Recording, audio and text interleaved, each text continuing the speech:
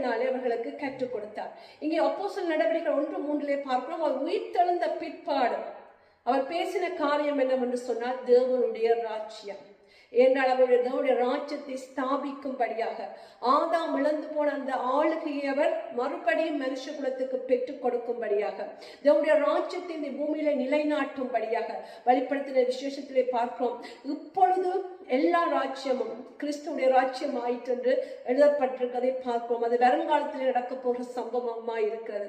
தேவனுடைய ராஜ்யத்தை குறித்து அவர் உயிர்த்தெழுந்த பிற்பாடு பேசினார். தன்னுடைய ஊழியத்தை தேவனுடைய ராஜ்யத்தோடு ஆரம்பித்தார். 3.5 வருஷ காலம் அவர்களுக்கு தேவனுடைய ராஜ்யத்தை பற்றி கற்றுக் கொடுத்தார்.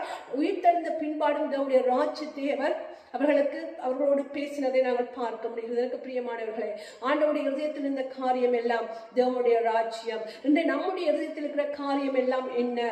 நம்முடைய இருதயத்தை நாங்கள் ஆராய்ந்து பார்ப்போம். வேதம் சொல்கிறது மத்தேயு 6:33, தேவனுடைய ராஜ்யத்தை நம்முடைய நீதியையும் தேடுங்கள், இவைகள் எல்லாம் உங்களுக்கு கொடுக்கப்படும். இந்த பூலோகத்திலே பொக்கிஷங்களை சேர்க்காதீர்கள், ஏனென்றால் இங்கே எல்லாம் அழிந்து போகும். ஆனால் பரலோகத்திலே பொக்கிஷங்களை சேர்த்து வையுங்கள் என்று வேதம் சொல்லுகிறது. நம்முடைய இருதயம் எங்கே இருக்கிறதோ அங்கே நம்முடைய பொக்கிஷமும் இருக்கும். நீங்கள் இயேசு கிறிஸ்துவோட கூட எழுந்தது உண்டானால்